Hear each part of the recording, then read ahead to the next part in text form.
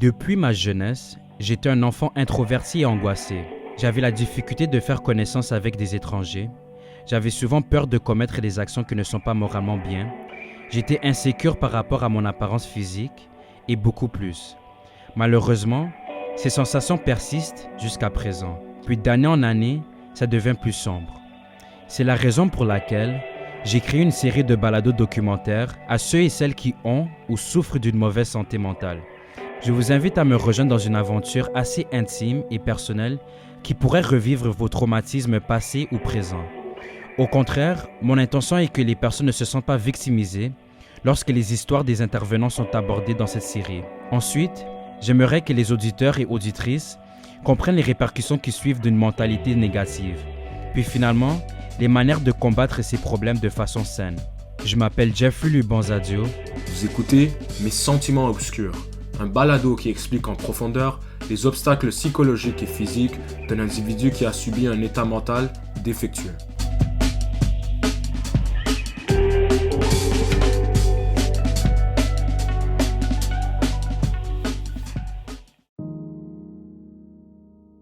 Vers la 5e ou 6e année, il y avait de plus en plus d'élèves dans ma cohorte qui avaient accès aux réseaux sociaux.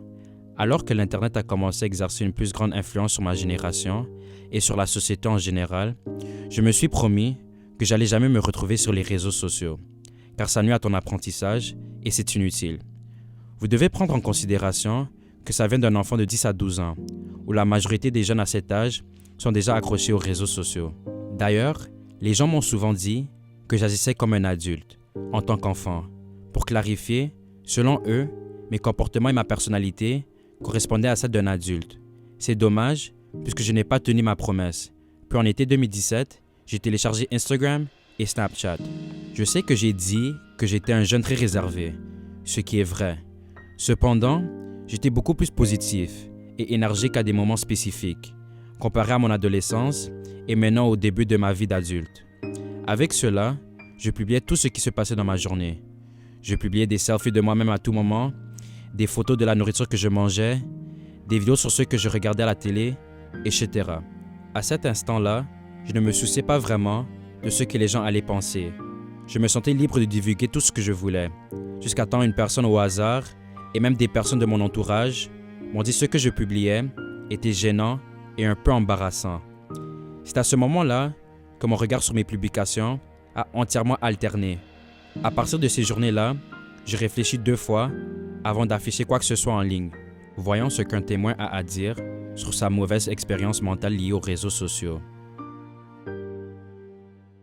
Avec plaisir. Alors, j'étais en 11e année et j'avais fait une publication sur mon compte Snapchat. Alors, plus spécifiquement sur mon statut, où tu mets des photos ou des vidéos juste pour montrer ce que tu fais et tes activités sur les réseaux sociaux.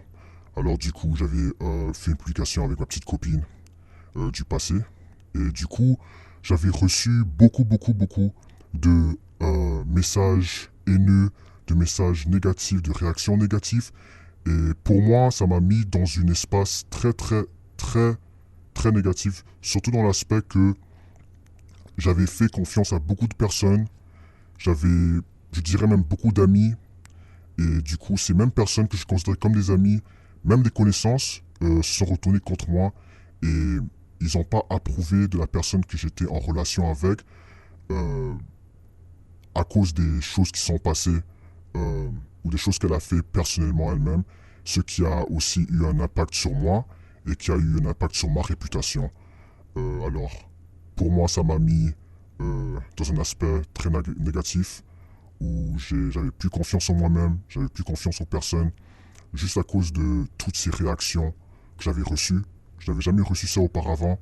Alors pour moi, j'étais dans un état de choc et j'étais extrêmement triste.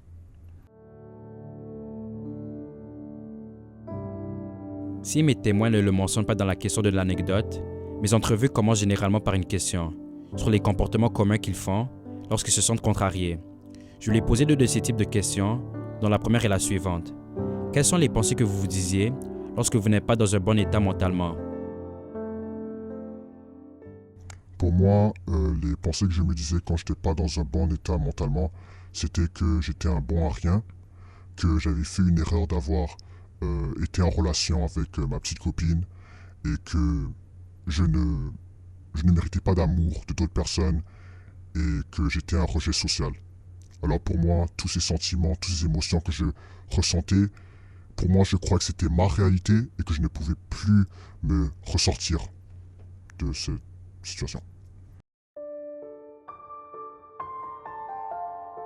Puis la deuxième était, quelles sont les actions typiques que tu fais lorsque tu es malheureux?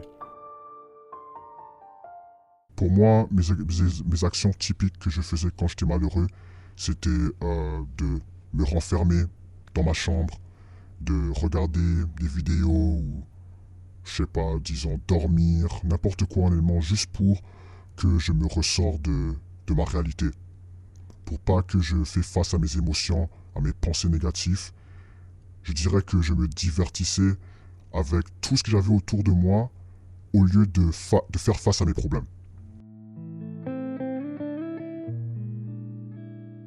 Dépendant de l'impact enduré d'un individu, c'est plus facile de dire que de faire quand les gens disent qu'il faut simplement trouver de l'aide. Leur état d'esprit peut être gravement endommagé au point qu'ils ne feraient plus confiance à personne. Pour moi, les plus grandes difficultés que j'ai reconnues quand je voulais rechercher de l'aide, c'était plus basé sur mon expérience et surtout sur ma perspective de faire confiance aux personnes, de faire confiance aux personnes pour pas qu'ils te rejettent et qui, je dirais, qui peuvent t'accepter pour ce qui s'est passé et pour qui tu es. Et pour moi, je dirais que je voulais juste avoir un sentiment que les gens pouvaient m'accepter pour mon expérience, et etc., etc. Mais au lieu d'avoir cette mentalité que si tu essaies au moins de demander pour de l'aide, ça se peut que tu reçois l'aide que tu veux. Mais pour moi, je me suis dit que c'était pas le cas parce que tout le monde me détestait.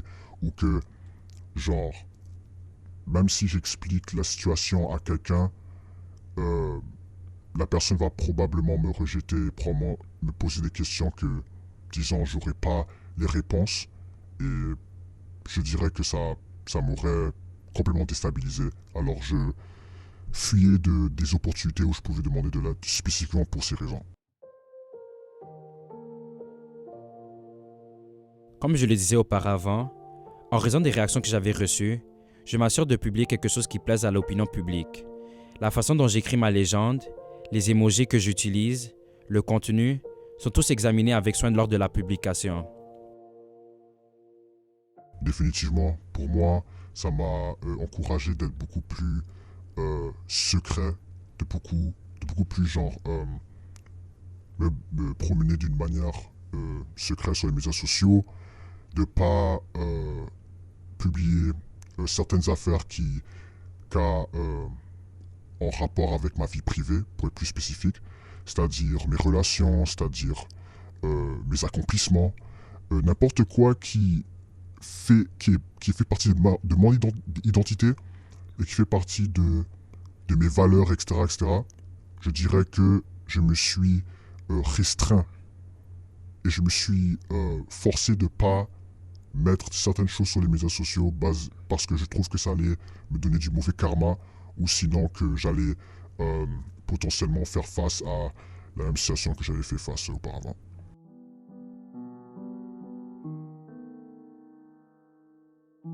Dans le cadre d'un programme appelé Focus, auquel j'ai participé, mon professeur m'a suggéré de supprimer les réseaux sociaux. Au début, je n'étais pas confortable de simplement enlever quelques applications, parce que de ma dépendance aux réseaux sociaux. Par contre, dès que j'ai eu le courage, c'était rafraîchissant. C'était agréable de m'écarter d'une plateforme que je réfléchissais excessivement pour une publication et toutes les régressions possibles à mon éducation.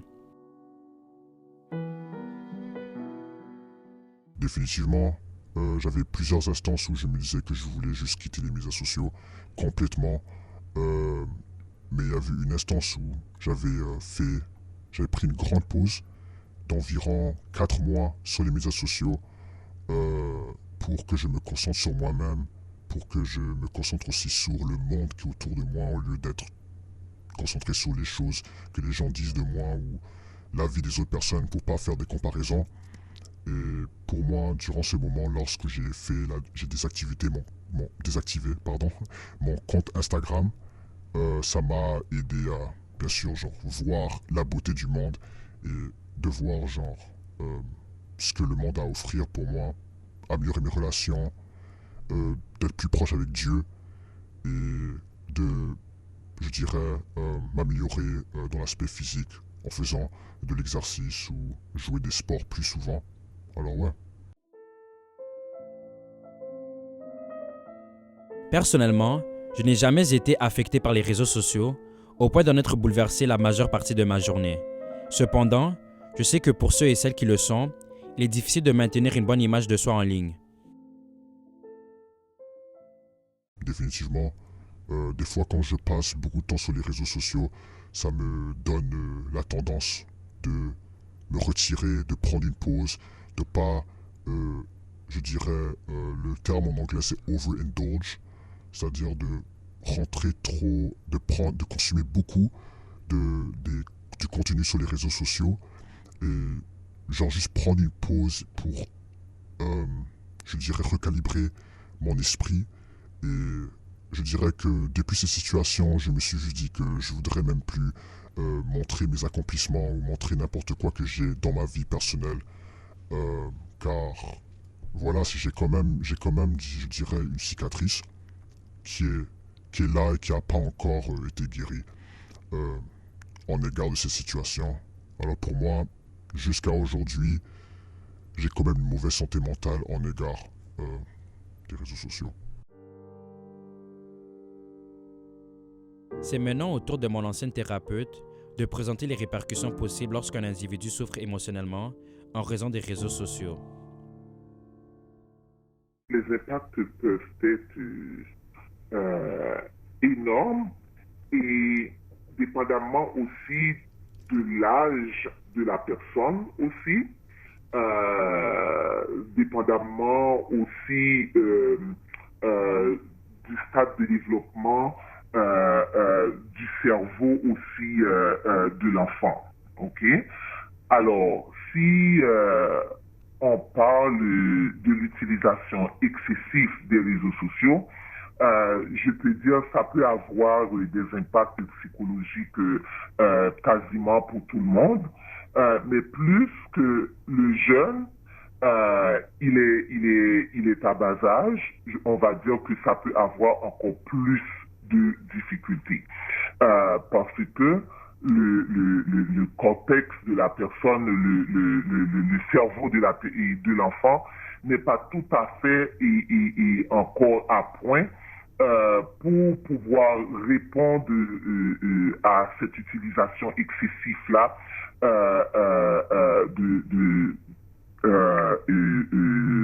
désolé, à cette utilisation excessive de toutes ces informations-là qu'il reçoit des réseaux sociaux. Alors, et il y a beaucoup d'études, beaucoup de recherches qui sont sorties pour montrer l'impact psychologique sur cette utilisation excessive-là, particulièrement sur les enfants et en âge préscolaire et en âge scolaire. Alors, déjà, quand le cerveau de l'enfant passe des heures excessives devant l'écran, c'est déjà trop pour l'enfant, et l'enfant n'a pas aussi le temps pour pouvoir faire face à d'autres choses et qui sont autour de lui aussi. À ce moment-là, je trouve au niveau psychologique, les neurones de l'enfant ne sont pas tout à fait bien établis encore pour faire face à toutes ces choses-là. Alors, ça peut produire des difficultés au niveau de la santé mentale de la personne. Tantôt, on parlait de l'isolement parce que quand tu passes des heures sur les réseaux sociaux, c'est des heures que tu n'as pas pour partager avec d'autres personnes autour de toi pour pouvoir regarder ton environnement et participer à des activités, soit des activités sportives, des activités juste avec tes amis à l'école. À ce moment-là, c'est déjà beaucoup pour l'enfant quand il passe trop de temps dans les réseaux sociaux. Alors, il y a un impact sur sa santé mentale, il y a un impact aussi sur les relations et sociaux et les relations sociales qu'il ou elle peut avoir avec les gens qui sont autour de lui. Alors ça va créer l'isolement, ça va créer aussi beaucoup d'anxiété aussi chez l'enfant. Et aussi, ça peut créer aussi d'autres problèmes au niveau des relations interpersonnelles aussi avec les gens qui sont autour de lui ou autour d'elle. Yeah. Une personne victime de cyberintimidation peut prendre plusieurs tournures, mais les deux principales sont la perte d'estime de soi et l'acte de vengeance, comme s'il s'agissait d'un œil pour un œil. La majorité du temps, quand la personne est isolée et sur les réseaux sociaux, c'est sûr que les choses, les harcèlements, toutes les mauvaises choses qui viennent, la personne va intérioriser, va prendre ces choses-là et pour lui-même et vu qu'il n'est pas en relation vraiment avec d'autres personnes pour pouvoir comprendre, bon, il y a de l'harcèlement quelque part, c'est de l'intimidation et qui se fait à travers les réseaux, à ce moment-là, la personne, soit il peut intérioriser ces expériences-là et en les intériorisant, il peut essayer de trouver des solutions qui sont désagréables pour lui, soit en essayant de reproduire la même chose, tu m'intimides, je t'intimide aussi. La personne peut développer aussi de la violence, peut devenir comme une personne violente aussi. Et l'autre chose que ça peut avoir un impact aussi sur l'estime de la personne, qui fait en sorte que la personne peut arriver à une forme de détresse et psychologique pour la personne, qui fait en sorte que des fois on va trouver la personne va trouver des solutions qui sont tellement difficiles pour lui. Ça peut être de l'automutilation, ça peut être de la violence verbale, la violence physique, ou bien on peut arriver même à trouver aussi des gens qui peuvent même penser à des suicides aussi. Parce que la personne vit en vase clos avec ces problèmes-là. La personne ne va pas aller chercher de l'aide. Malheureusement, des fois, la personne peut arriver à trouver des solutions qui sont des fois très destructives pour sa vie. Alors, c'est sûr que vivre de l'intimidation, de l'harcèlement sur les réseaux sociaux, ça a un impact énorme sur la santé mentale de la personne si la personne ne prend pas le temps pour en parler ou bien pour aller chercher de l'aide là où il devrait le faire. Il est triste de constater que certaines personnes s'enfoncent trop de leurs problèmes, ce qui les empêche de chercher de l'aide. Cela les conduit à porter ce fardeau à plus long terme et les pousse potentiellement à consommer des substances dangereuses. Bon, à long terme, les difficultés à long terme peuvent être des problèmes d'isolement, des problèmes de l'humeur, la personne peut vraiment être de façon colérique dans le sens je suis pas sociable, la personne reste dans son monde et aussi Des fois, on peut voir aussi, il y a beaucoup de jeunes aussi qui tombent dans des situations tellement difficiles où la personne ne voit pas d'issue pour sortir, qui fait en sorte que la personne va aller trouver des solutions extrêmes pour pouvoir résoudre la situation, et des fois, des fois on peut dire que c'est trop tard pour la personne.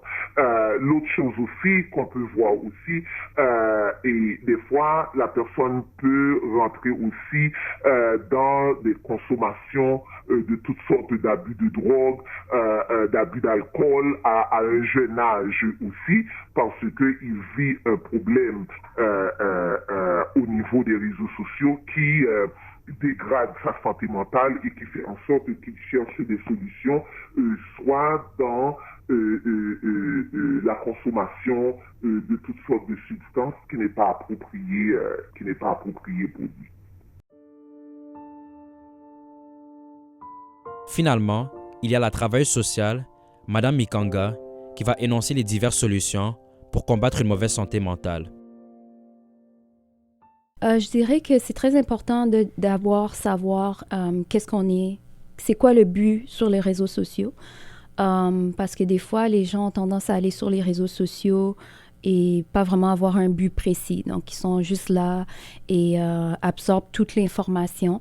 Donc, je dirais que c'est très important de faire preuve de pleine conscience, être sur le moment, savoir aussi que ce qu'on voit sur les réseaux, c'est pas toujours des faits réels. Et c'est pas la vraie vie, les réseaux sociaux.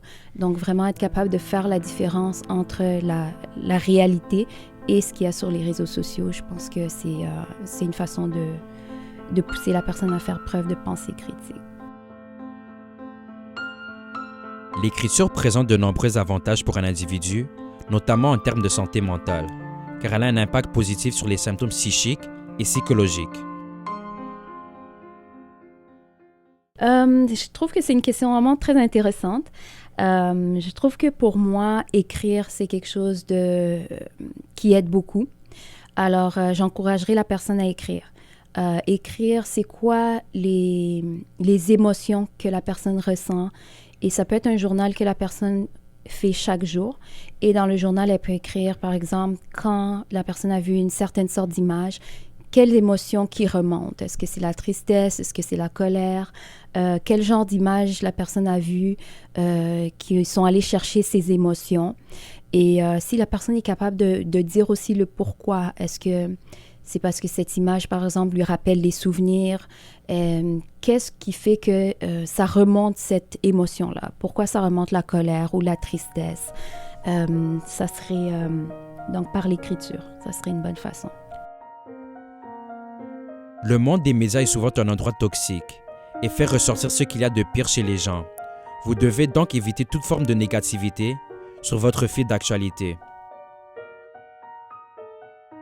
Moi, je suggère beaucoup de bloquer. Donc, bloquer tout ce qui n'est pas utile. Ça peut être les pages, par exemple, qui nous ramènent des sentiments qui ne sont pas agréables. Ça peut être des personnes qui sont négatives, soit qui écrivent des commentaires négatifs. Et puis, il y a aussi beaucoup de plateformes maintenant qui donnent l'option de choisir les contenus qu'on veut voir. Donc, je sais, par exemple, sur Instagram, si jamais il y a une image qui est proposée que tu n'aimes pas, tu peux cliquer sur l'image et dire que tu ne veux pas voir ce type d'image ou que tu ne veux pas voir de contenu de cette page en particulier. Je peux aussi demander à ses amis et à sa famille de ne pas partager certains sujets. Parce que des fois, on a bien beau bloquer ce qu'on ne veut pas voir sur les réseaux, mais c'est une place là où les gens partagent beaucoup d'informations, nous envoient des contenus qu'ils voient. Et je pense que c'est c'est important d'en parler à sa famille et ses amis et dire que ce genre de contenu, c'est pas quelque chose qui m'intéresse à avoir. Donc, demander d'arrêter de partager aussi. Ça se peut que ce n'est pas accessible pour certains gens de se déplacer pour obtenir les services pour leur mauvais état d'esprit. Alors, il existe plusieurs ressources en ligne pour ceux et celles qui pensent que c'est plus pratique. j'ai pas nécessairement des ressources précises en ligne. La raison aussi, c'est que ma clientèle est beaucoup plus des adultes que des jeunes adultes. Par contre, je sais que des plateformes comme Jeunesse J'écoute, Espace Mieux-être en santé Canada, ce sont des plateformes en ligne et par téléphone qui offrent du support au niveau de la santé mentale. Donc, je suis pas mal certain qu'ils peuvent aussi assister avec tout ce qui a rapport avec la santé mentale reliée, le stress et l'anxiété reliés aux réseaux sociaux. Pareil à ce que j'ai dit précédemment, la déconnexion des réseaux sociaux est apaisante. Afin de prouver mon point, selon mes recherches, des étudiants universitaires qui ont limité leur utilisation des réseaux sociaux à une trentaine de minutes par jour ont ensuite obtenu de meilleurs résultats lors de tests mesurant leur anxiété, leur dépression et leur crainte de rater quelque chose. Je dirais que ça peut être évité d'être sur les réseaux sociaux, par exemple, dès le matin. Si la personne sait déjà que chaque jour, le matin, dès qu'elle se réveille, la première chose qu'elle fait, c'est prendre son téléphone et être sur les réseaux, je dirais de minimiser ça. Donc, déjà, peut-être se dire que le matin, quand je me réveille, je ne vais pas sur les réseaux sociaux jusqu'à, par exemple, midi. C'est une façon de gérer. Ou se dire, avant de me coucher, je ne vais pas sur les réseaux sociaux, je vais, par exemple, méditer pendant 1 heure avant de me coucher au lieu d'être sur les réseaux pendant 1 heure. Ce qu'on peut faire aussi, certaines plateformes aussi l'offrent déjà, c'est aller sur la plateforme et voir combien de temps est-ce qu'on passe par jour. Moi, je me rappelle que quand je l'ai fait, j'étais tellement étonnée de savoir combien de temps je passais sur les réseaux. Et des fois, on n'a pas conscience parce que tu y vas 1 minute, tu sors, tu vas faire autre chose, tu retournes et tu n'as pas conscience que finalement, tu as passé 5 heures dans une journée ou 1 heure dans une journée à être sur les réseaux. Donc, je dirais, tu peux soit noter ou pour les plateformes qui l'offrent déjà, aller voir dans tes paramètres, voir combien de temps est-ce que tu passes sur les réseaux.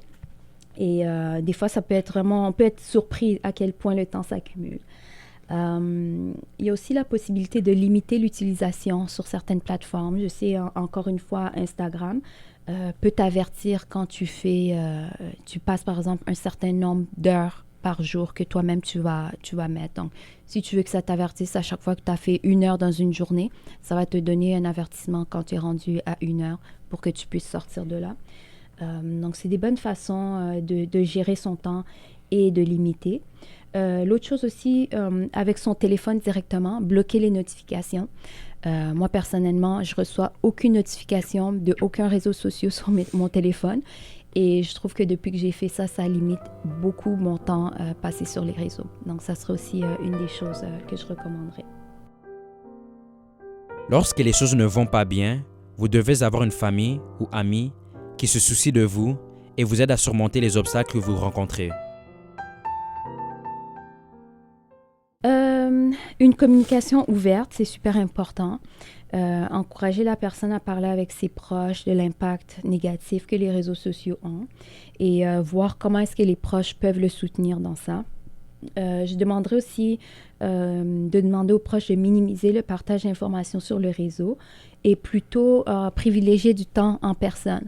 Donc, au lieu de s'écrire sur les réseaux pour savoir comment on va, les proches peuvent prendre l'initiative de dire « OK, on va 1 fois par semaine ou 1 fois ou 2 semaines aller prendre un café pour pouvoir parler puis savoir comment est-ce que ça va au lieu de le faire sur les réseaux sociaux. » Je trouve que c'est une bonne façon d'avoir les proches, d'impliquer les proches et aussi demander d'éviter le téléphone dans certains moments. Par exemple, quand on est en famille en train d'avoir un repas, avoir peut-être une règle qui dit que personne n'est sur son téléphone, ça aide aussi. Ce que je veux que vous reteniez de cet épisode, c'est que vous n'avez pas besoin de vous forcer à ne pas être qui vous êtes ou à ne pas faire ce que vous voulez par peur de ce que les gens pourraient dire à ce sujet. Si les gens veulent faire croire qu'ils vivent une vie parfaite ou dire des commentaires derrière un écran parce qu'ils n'ont pas le courage de le dire en personne, qu'il en soit ainsi. Tout comme moi, qui ai encore du mal avec ça, faut apprendre à ne pas se soucier de ce que les gens pensent de nous et continuer à vivre sa vie. De plus, si les problèmes ne sont toujours pas résolus, juste déconnectez-vous de l'Internet jusqu'à temps que vous vous sentez prêt à y retourner ou pas. nous nous rapprochons de la fin de la série documentaire, car il ne reste plus que la transition à l'âge adulte. J'espère que vous serez des nôtres, car nous allons décortiquer et examiner ce sujet de façon captivante. Merci d'avoir écouté Mes sentiments obscurs. Je m'appelle Jeffrey Lubon-Zadio. Merci à Pablo Medina pour son coup de main. Enfin, si vous avez apprécié le balado, n'hésitez pas de le partager à votre famille et amis afin qu'ils s'informent des défis ou avoir un sens d'appartenance qu'il y a des gens qui vivent avec une mauvaise santé mentale.